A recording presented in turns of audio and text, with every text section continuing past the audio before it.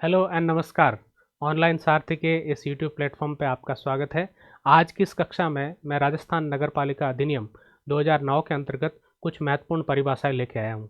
इन परिभाषाओं का एग्ज़ाम के लिए कितना महत्व है ये बता सकता हूँ कि मई 2023 में जो परीक्षा हुई थी उसमें एक या दो प्रश्न परिभाषाओं से संबंधित पूछे गए थे।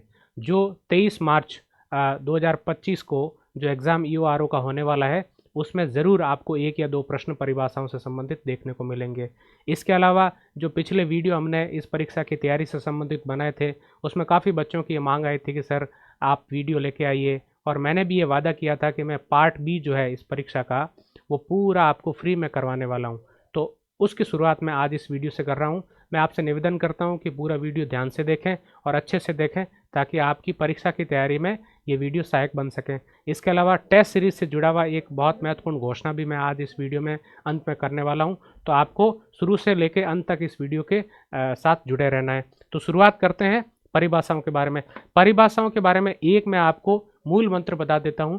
आपको ये ध्यान रखना है कि परिभाषाएं राजस्थान नगरपालिका अधिनियम 2009 के कौन सी धारा में दी गई है। तो धारा 2 में परिभाषाएं दी गई है, पहली चीज़।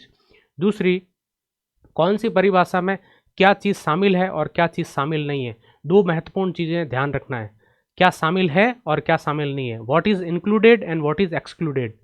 कई बार ये प्रश्न पूछा जाता है कि इस शब्द की परिभाषा में क्या शामिल है। जैसे पिछली बार परीक्षा में ये प्रश्न पूछ लिया गया था कि नगर पालिका की परिभाषा में क्या क्या शामिल है। तो राजस्थान नगर पालिका अधिनियम 2009 में अगर हम नगर पालिका की परिभाषा देखें तो उसमें नगर निगम भी इंक्लूडेड है, नगर परिषद भी इंक्लूडेड है, और नगर पालिका जो बोर्ड जो सबसे निचला स्तर होता है वो भी इंक्लूडेड है। तो आपको ये ध्यान रखना है कि क्या शामिल किया गया परिभाषा में और क्या परिभाषा से बाहर रखा गया है। ये दो चीज़ें आपको ध्यान रखनी है। एक और महत्वपूर्ण चीज़ कि परिभाषा किस नंबर पे दी गई है। जैसे धारा 2 की उपधारा 3 में क्या है, उपधारा 4 में क्या है, इस प्रकार का प्रश्न शायद ही पूछा जाए। तो आपको उस नंबरिंग में नहीं उलझना है, आपको सीधा ये ध्यान रखना है कि धारा 2 में जो महत्वपूर्ण परिभाषाएं दी गई है उन परिभाषाओं में क्या चीज़ शामिल है और क्या चीज़ शामिल नहीं है। तो शुरुआत करते हैं आज की इस कक्षा की। सबसे पहले देख लेते हैं जब पिछड़े वर्ग की परिभाषा में क्या चीज़ शामिल है। अनुसूचित जातियां और अनुसूचित जनजातियों से भिन्न नागरिकों के ऐसे पिछड़े वर्ग अभिप्रेत। यानी अब इसमें क्या चीज़ अपने को देखनी है, एक्सक्लूडेड क्या है। यानी परिभाषा में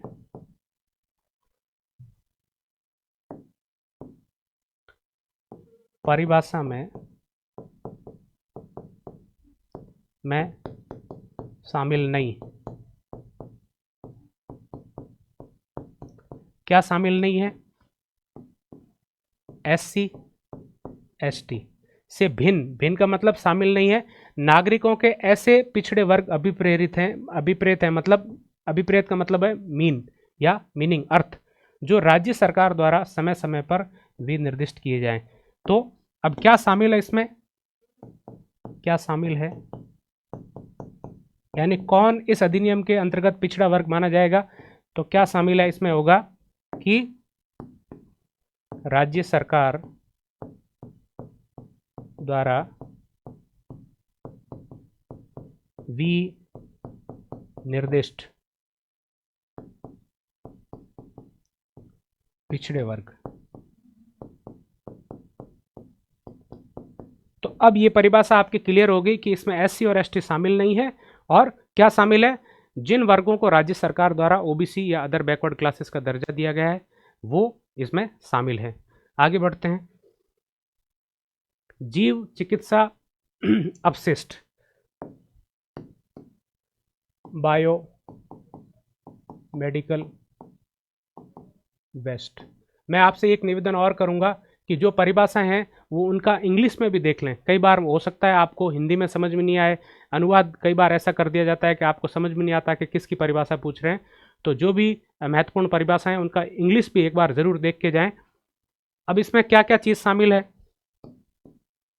कोई ऐसा अपशिष्ट अभिप्रेत है, यानी ऐसा अपशिष्ट शामिल है जो मानवों या पशुओं के निदान, उपचार, प्रतिरक्षीकरण के दौरान या उनसे संबंधित किन्हीं अनुसंधान क्रियाकलापों या जैव पदार्थों के उत्पादन या परीक्षण के दौरान उत्पन्न हुआ हो। यानी इस प्रक्रिया, ये जो भी प्रक्रिया दी गई है इनके दौरान अगर कोई अपशिष्ट या वेस्ट उत्पन्न हुआ है तो वो जीव चिकित्सा अपशिष्ट की परिभाषा में शामिल होगा। अब इसमें कैटेगराइज कर दिया गया है कि ये चीज़ें जैव चिकित्सा अपशिष्ट में शामिल है। कौन सी?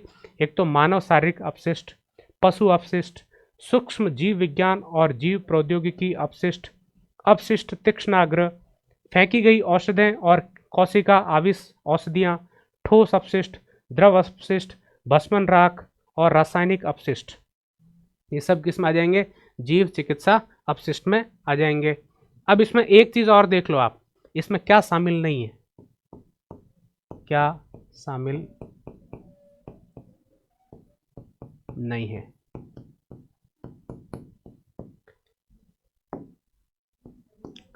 एक तो जो है हैजार्डस वेस्ट, यानी जो खतरनाक वेस्ट है, खतरनाक अपशिष्ट, वो इसमें शामिल नहीं है, उसकी परिभाषा अलग से दी गई है। और दूसरा इंडस्ट्रियल वेस्ट, इंडस्ट्रियल वेस्ट यानी औद्योगिक अपशिष्ट जो है वो इसमें शामिल नहीं है। औद्योगिक अपशिष्ट इसमें शामिल नहीं है। तो क्या शामिल है ये उधर लिखा हुआ है, क्या शामिल नहीं है मैंने आपको बता दिया है। बजट अनुमान, बजट एस्टिमेट, बजट अनुदान का तात्पर्य नगर पालिका द्वारा स्वीकृत बजट अनुमान में से किसी प्रमुख व्यय शीर्ष के अंतर्गत आवंटित कुल राशि से है। यानी किसी प्रमुख व्यय शीर्ष के अंतर्गत आवंटित कुल राशि जो बजट अनुमान, स्वीकृत बजट अनुमानों में से है, यानी जिसको नगर पालिका द्वारा स्वीकृत कर दिया गया है, वो किस में आ जाएगा? बजट अनुदान में आएगा। इसमें अधिनियम, नियमों तथा उप नियमों के अनुसार शीर्षों के बीच राशियों के स्थानांतरित करने के लिए किए गए समायोजन यानी जो एडजस्टमेंट है वो भी इसमें शामिल है। तो बजट एस्टिमेट या बजट अनुदान में क्या शामिल है कि नगर पालिका द्वारा जो बजट स्वीकृत किया गया है उसमें से किसी प्रमुख व्यय शीर्ष के अंतर्गत कुल आवंटित राशि क्या है, और जो किसी अधिनियम, नियम या अन्य के द्वारा समायोजित जो राशि है, एक शीर्ष से दूसरे शीर्ष में ट्रांसफर की गई राशि है, वो भी इस बजट एस्टिमेट में शामिल होगी।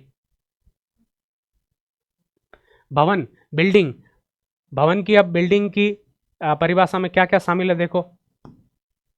किसी भी उद्देश्य के लिए बनाई गई संरचना है जिसमें किसी भी सामग्री का उपयोग किया जाता है। बनाने में कौन सी सामग्री का उपयोग किया जाता है इससे फर्क नहीं पड़ता। इसमें नींव, दीवारें, छतें, चिमनी, बालकनी और इसी प्रकार की अन्य विशेषताएं शामिल है। इसमें अब इसमें क्या शामिल नहीं है? ये चीजें शामिल नहीं है।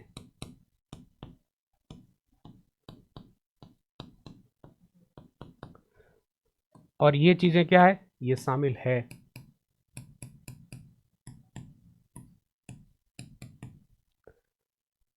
इसमें टेंट, सामियाना, तिरपाल, आश्रय और 3 मीटर से कम ऊंची 4 दीवारी शामिल नहीं है।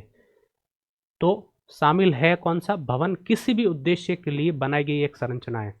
धार्मिक उद्देश्य हो, व्यावसायिक उद्देश्य हो या फिर आवासीय उद्देश्य हो, कोई भी उद्देश्य हो, किसी प्रकार की कोई संरचना है और किसी भी सामग्री का उपयोग किया है, सीमेंट का किया है, पत्थर का किया है, कच्चा बनाया है, पक्का बनाया है, वो सब भवन में आ जाएगा। और क्या इसमें नींव आ जाएगी, दीवारें, छत, चिमनी, बालकनी, इसी प्रकार की अन्य विशेषताएं शामिल है। क्या शामिल नहीं है? टेंट, सामियाना, तिरपाल, आश्रय और 3 मीटर से छोटी ऊंची 4 दीवार इसमें शामिल नहीं है। अध्यक्ष का मतलब चेयरमैन, इसका क्या मतलब हुआ? तो नगर पालिका बोर्ड के मामले में कौन होगा? अध्यक्ष। नगर पालिका बोर्ड के मामले में अध्यक्ष हो गया, नगर परिषद के मामले में सभापति और नगर निगम के मामले में महापौर। ठीक है। पिछली बार आपसे पूछ लिया गया था कि नगर पालिका में क्या क्या, परिभाषा में क्या क्या शामिल होगा। इस बार आपसे ये पूछा जा सकता है कि चेयरमैन या अध्यक्ष में क्या क्या शामिल है। तो आपको ये ध्यान रखना है कि तीनों जो महत्वपूर्ण पद हैं, नगर निगम का, नगर परिषद का और नगर पालिका बोर्ड का, तीनों इस परिभाषा में शामिल है। मुख्य नगरपालिक अधिकारी से क्या विपरीत है? नगर निगम के मामले में आयुक्त, नगर परिषद के मामले में आयुक्त और नगर पालिका बोर्ड के मामले में कार्यपालक अधिकारी, यानी ईओ, एग्जीक्यूटिव ऑफिसर या अधिशासी अधिकारी। यानी इसमें क्या शामिल है कि राज्य सरकार द्वारा नगर पालिकाओं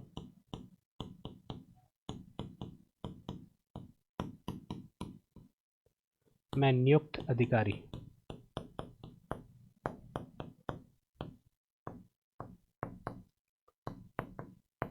तीनों स्तर पे जो सर्वोच्च अधिकारी नियुक्त होता है, नगर निगम के मामले में आयुक्त सर्वोच्च होता है, कई बार इसका मुख्य कार्यकारी अधिकारी के नाम से भी इसको जानते हैं, मुख्य कार्यकारी अधिकारी, सीईओ।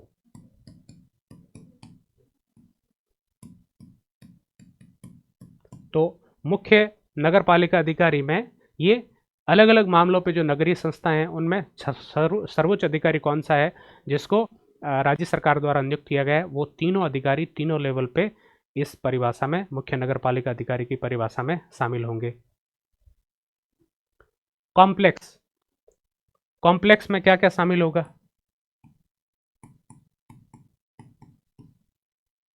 वाणिज्यिक उपयोग यानी कॉमर्शियल पर्पज के लिए इसमें 25 से अधिक इकाइयां, यानी मान लो कोई बिल्डिंग बनी हुई है उसमें 25 दुकानें हैं जिनका कॉमर्शियल यूज़ होना है तो वो कॉम्प्लेक्स में आ जाएगा, इंडस्ट्रियल कॉम्प्लेक्स या कॉमर्शियल कॉम्प्लेक्स, ठीक है, या फिर शॉपिंग कॉम्प्लेक्स। और आवासीय उपयोग के लिए, रेजिडेंशियल पर्पज़ के लिए अगर है उस मामले में 10 या अधिक, यानी ये इसमें मिनिमम कितना है, न्यूनतम। अब इसमें आपको ये ध्यान रखना है कि न्यूनतम कितनी इकाइयाँ होगी तभी वो कॉम्प्लेक्स माना जाएगा। तो आवासीय के मामले में कितना हो जाएगा, आवासीय 10 इकाइयाँ, और यहाँ अगर न्यूनतम हम देखना चाहें तो वाणिज्यिक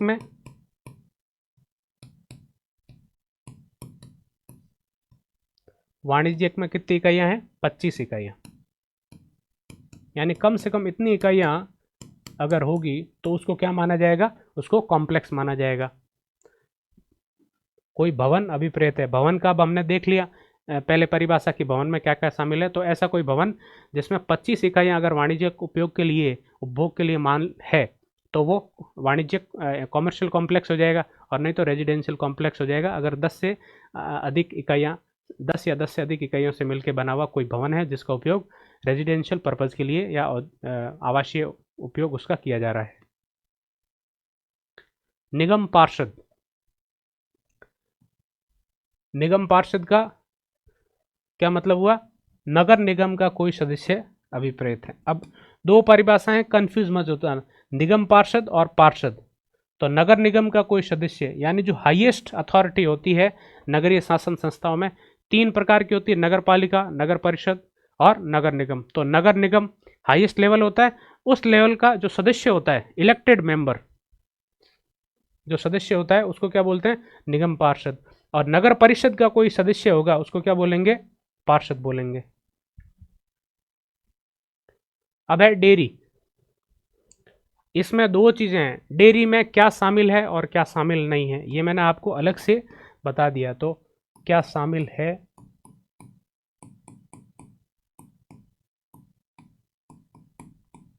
और क्या शामिल नहीं है, तो कोई भी ऐसा फार्म, पशुशाला, गौशाला, दूध भंडार या दूध की दुकान या ऐसा अन्य स्थान सम्मिलित है जिससे विक्रय पर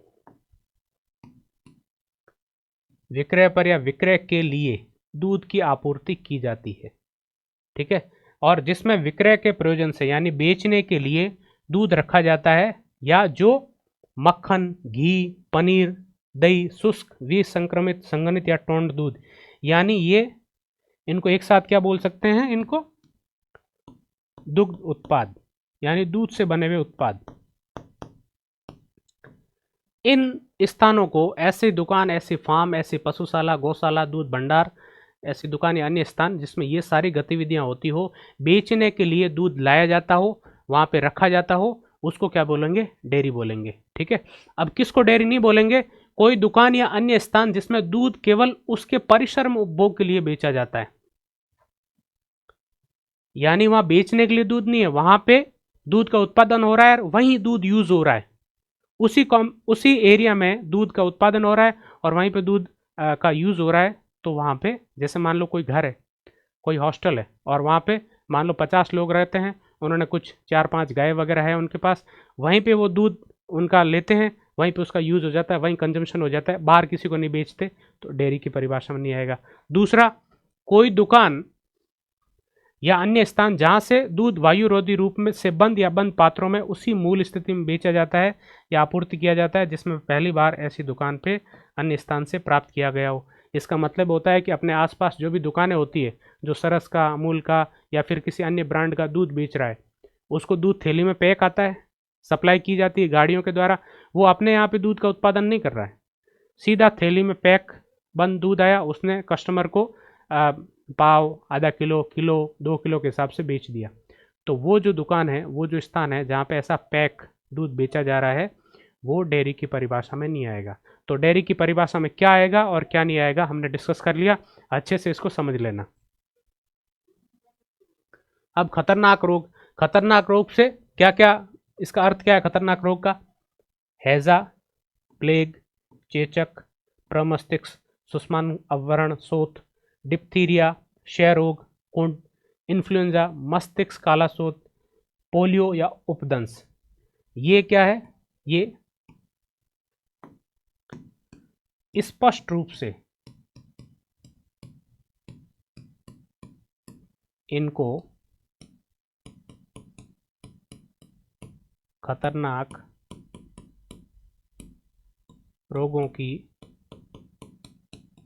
परिभाषा में शामिल किया है।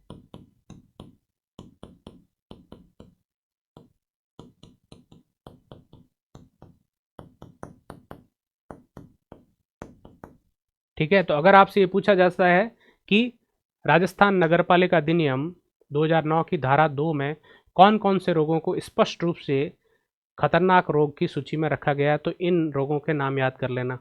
अब इसके अलावा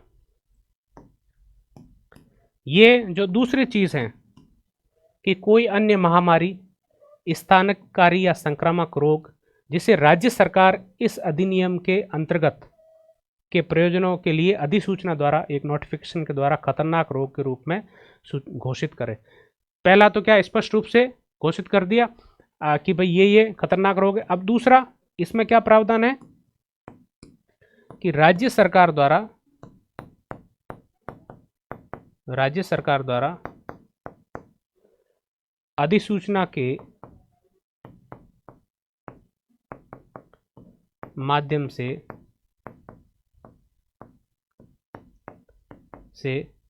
घोषित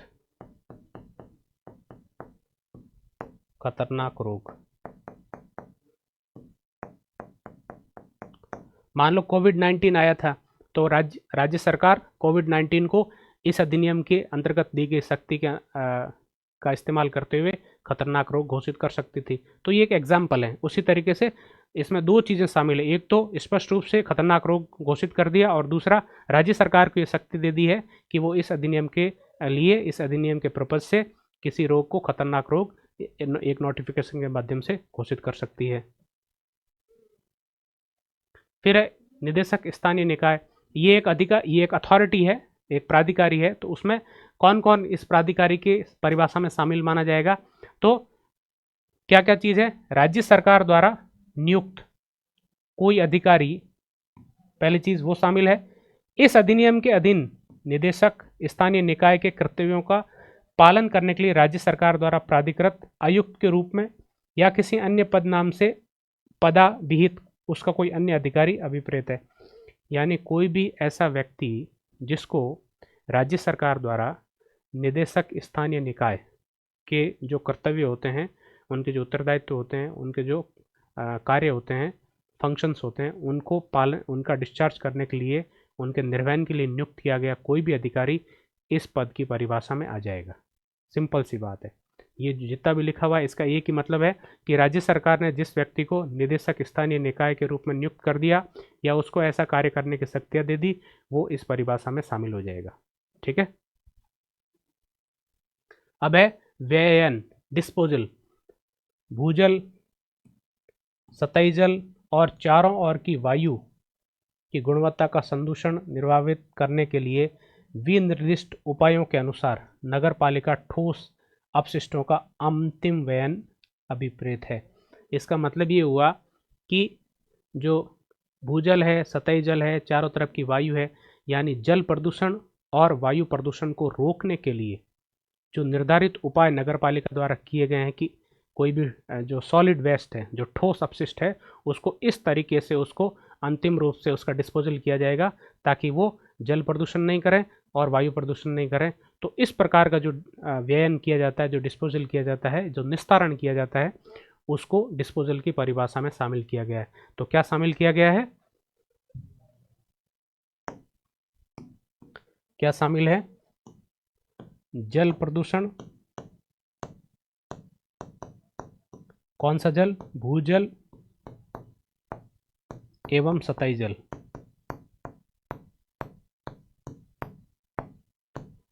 एवं वायु प्रदूषण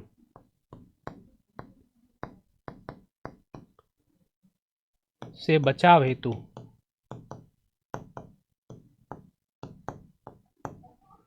निर्धारित, विनिर्दिष्ट का मतलब निर्धारित उपायों कि इसको ऐसे इसको डिस्पोज किया जाएगा के अनुसार निस्तारित कर दिया, किसको डिस्पोज ऑफ कर दिया, ठिकाने लगा दिया उसको कि अब वो जल प्रदूषण और वायु प्रदूषण नहीं करेगा, निस्तारित किया गया ठोस अपशिष्ट।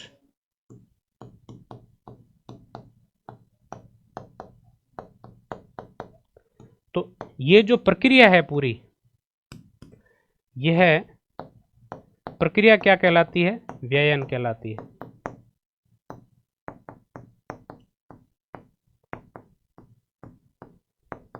अब मान लो कोई व्यक्ति इंग्लिश मीडियम का है, वो व्ययन वर्ड से कंफ्यूज हो गया, अगर उसको इसका इंग्लिश वर्ड साथ में पता हो, उसने नगर पालिका अधिनियम पढ़ते समय इंग्लिश वर्ड जो डाइग्लोट सेक्शन होता है, जो एक्ट आपके पास हो ना, राजस्थान नगर पालिका अधिनियम 2009, तो ऐसा एक्ट खरीदना जिसमें एक तरफ हिंदी आती है, एक तरफ इंग्लिश आती है, तो आपको ये परेशानी नहीं होगी कि अब ये जो लीगल लैंग्वेज है इसमें इंग्लिश में तो ठीक ठाक समझ में आ जाता है, हिंदी में कई बार ऐसे वर्ड यूज़ किए जाते हैं जो आपको समझ में नहीं आएंगे। मान लो कोई व्यक्ति है जिसका बहुत कम हिंदी से पाला पड़ा है और व्ययन शब्द सामने आ गया तो कंफ्यूज हो जाएगा। हालांकि जो क्वेश्चन पेपर में आपके हिंदी और इंग्लिश दोनों में क्वेश्चन छपा हुआ आएगा, लेकिन कई बार हिंदी के लोगों को भी इस शब्द को समझने में प्रॉब्लम आ सकती है।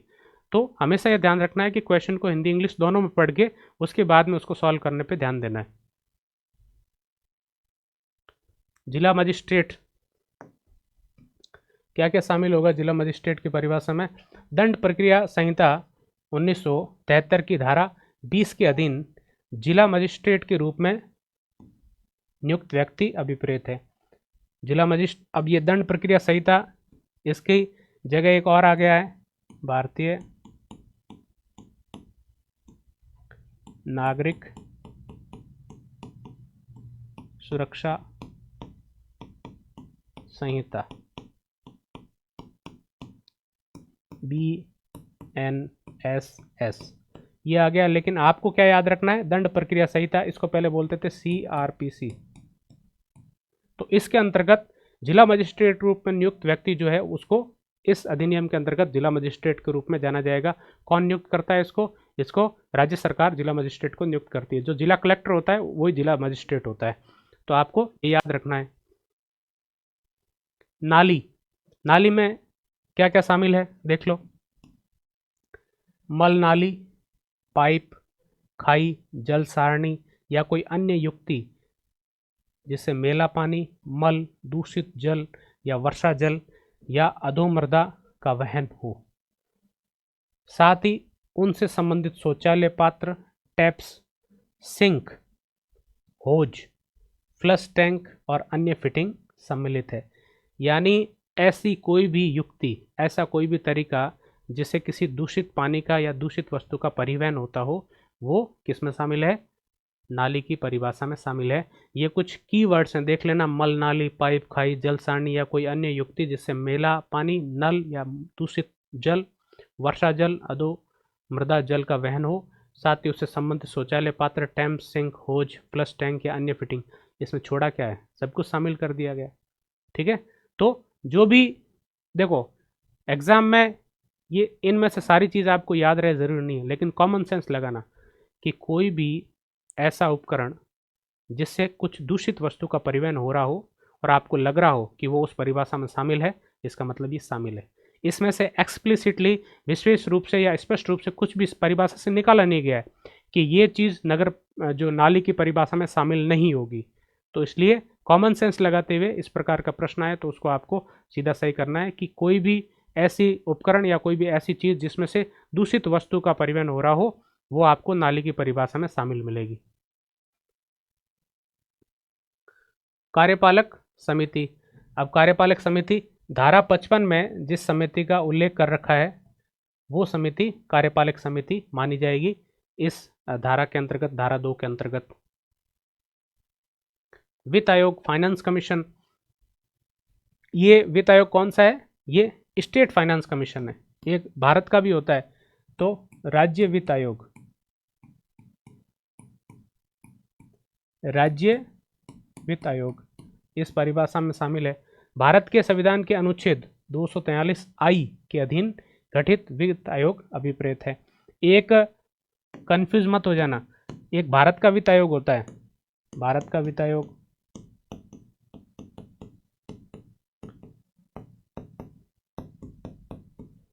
इसका गठन भारत के राष्ट्रपति द्वारा,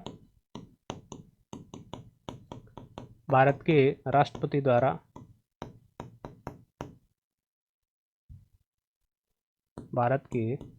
राष्ट्रपति द्वारा अनुच्छेद 280 के अंतर्गत किया जाता है,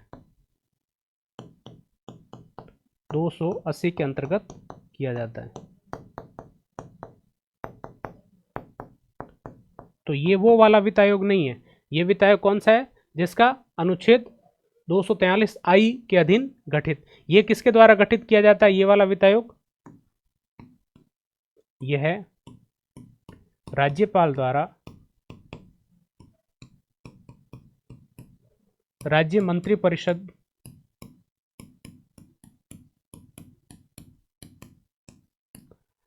के परामर्श से गठित किया जाता है।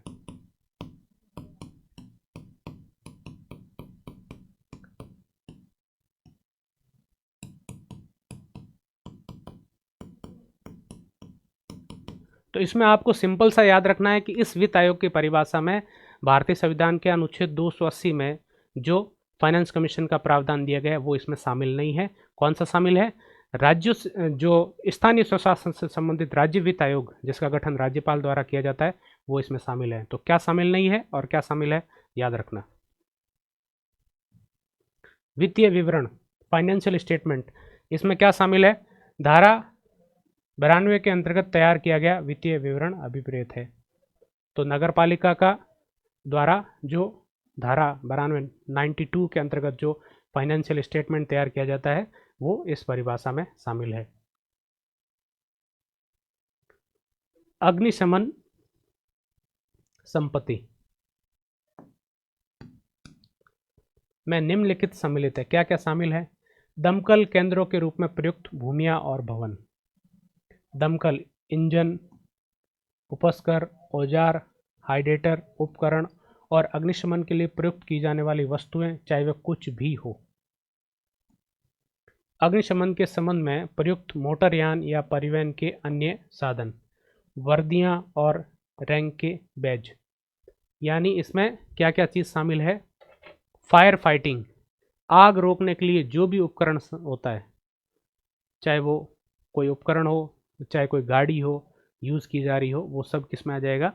और कोई भवन या भूमियाँ, यानी जहाँ पे दमकल स्टेशन बना हुआ है और उस स्टेशन में क्या क्या चीज़ें होगी, गाड़ियाँ वहाँ खड़ी रहेगी, वहाँ पे जो लोग जिन लोगों की वर्दी है, बैज है, अलग अलग लोग वहाँ पे दमकल कर्मी कार्य कर रहे हैं, तो उनके जो वर्दी है, बैज है, प्लस जिन गाड़ियों का इस्तेमाल वो आग को रोकने के लिए ले जाते हैं, करते हैं, पाइप वगैरह, उनकी जो भी संपत्ति है वो सब किस में आ जाएगी? अग्निशमन संपत्ति में आ जाएगी। दमकल केंद्र, अब फायर स्टेशन क्या होगा? राज्य सरकार द्वारा दमकल केंद्र के रूप में साधारणतया या विनिर्दिष्ट रूप से घोषित की गई कोई चौकी या स्थान अभिप्रेरित है। अब इसमें देखो क्या शामिल है? दमकल केंद्रों के रूप में, तो यहाँ पे हमने अग्निशमन संपत्ति में दमकल केंद्र को शामिल माना। अब आगे डिफाइन किया है कि दमकल केंद्र होता क्या है। तो राज्य सरकार किसी भवन को या किसी स्थान को दमकल केंद्र के रूप में नोटिफाई करे, अधिसूचित करे, तो वो दमकल केंद्र के नाम से जाना जाएगा, या तो साधारण रूप से या फिर विशिष्ट रूप से कोई चौकी या कोई स्थान। परिसंकट में अपशिष्ट, हैजार्डस वेस्ट, पर्यावरण संरक्षण अधिनियम 1986 में विनिर्दिष्ट अपशिष्ट की श्रेणियां अभिप्रेत, यानी इस अधिनियम पर्यावरण संरक्षण अधिनियम 1986 में जो डिफाइन किया गया है, जो शामिल किया गया वेस्ट है, अपशिष्ट है, वो अपशिष्ट इस अधिनियम राजस्थान नगरपालिका अधिनियम 2009 के अंतर्गत क्या माना जाएगा? परिसंकट में अपशिष्ट या फिर हैजार्डस या खतरनाक अपशिष्ट।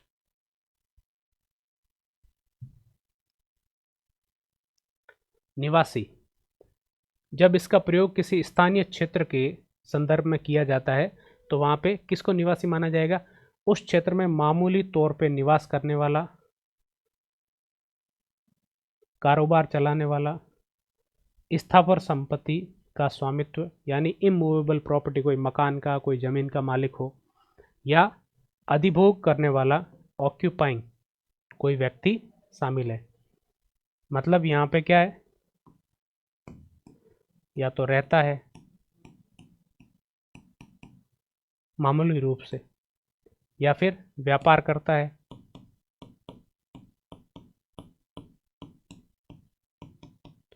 या फिर इमूवेबल प्रॉपर्टी।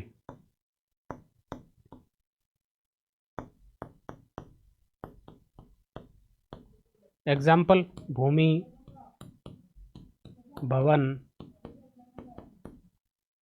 आदि का मालिक हो,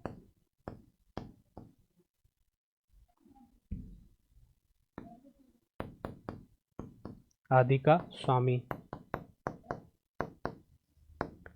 या फिर अधिभोग करने वाला। मान लो किराएदार हो, क्या हो? किराएदार हो।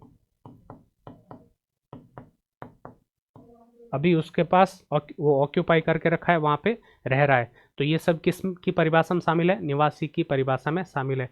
किसी स्थानीय क्षेत्र, मतलब जो नगर पालिका क्षेत्र है उसको स्थानीय क्षेत्र यहाँ पे माना जा रहा है। तो उस क्षेत्र में रहने वाला, व्यापार करने वाला, या इमूवेबल स्थावर संपत्ति का स्वामित्व, या फिर वहाँ पे जो किराएदार के रूप में रह रहा है, वो सब इसमें शामिल होंगे। भूमि, ऐसी भूमि सम्मिलित है जिस पर निर्माण किया हुआ हो या जो जला आच्छादित हो, यानी या तो कोई वहाँ पे भवन वगैरह बना हुआ हो, या फिर पानी से भरी हुई, डूबी हुई कोई ज़मीन हो, तो वो भी भूमि की परिभाषा में शामिल है। बासा, लॉजिंग हाउस, तीर्थयात्रियों और यात्रियों की वास सुविधा के लिए उपयोग में लिए जाने वाले भवनों का कोई समूह, या कोई भवन, या किसी भवन का कोई भाग शामिल है। तो इसमें क्या क्या चीज़ें शामिल है देख लो। कोई एक भवन, पहली चीज, या किसी भवन का कोई भाग, या भवनों का एक समूह।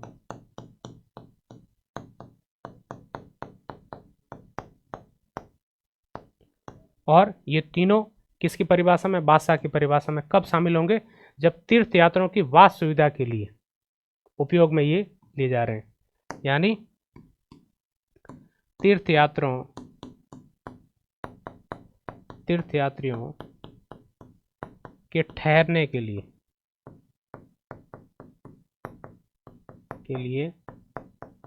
उपयोग में लिए जा रहे हो।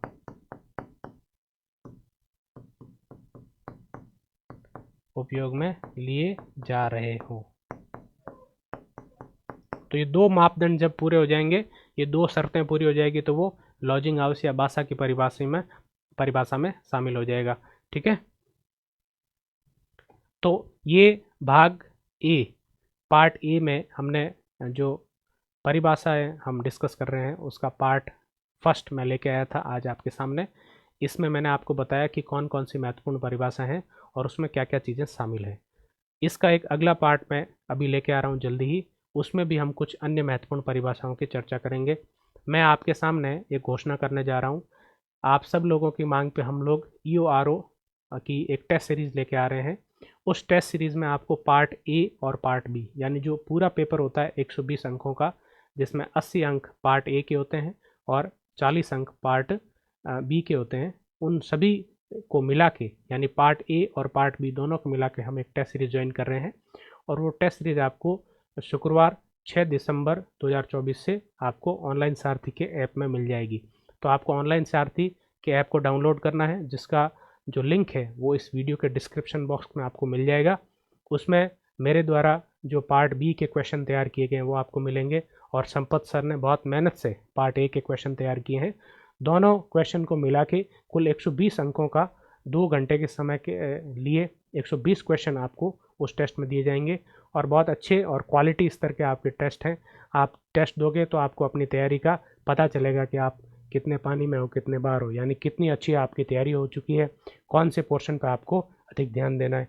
ये जो टेस्ट होंगे ये शुरुआत में सेक्शनल टेस्ट होंगे, यानी आपके सिलेबस में जो भाग दिए गए हैं, जैसे राजस्थान कला संस्कृति इतिहास, राजस्थान का भूगोल, राजस्थान एवं भारत की राज्य व्यवस्था, समसामयिकी, फिर जो पार्ट बी में आपके राजस्थान नगर पालिका एक्ट, नगर पालिका नियम और जो योजना है, उनमें से कुछ पार्ट उठा के हम इन टेस्ट में देंगे।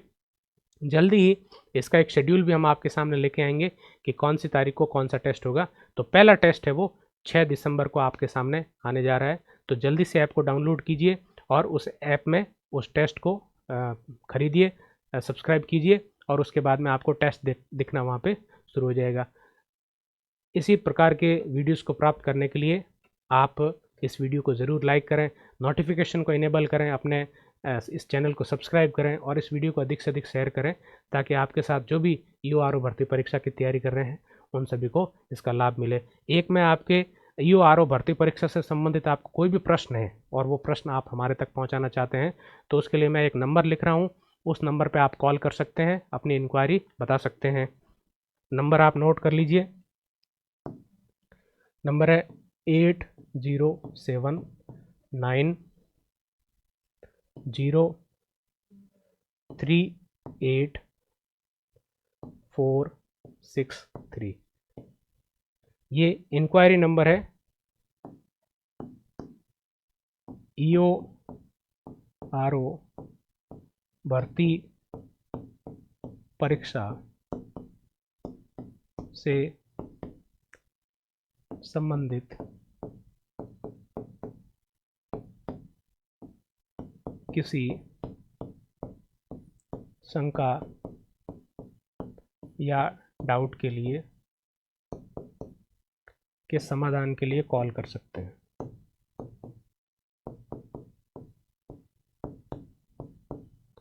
कॉल कर सकते हैं।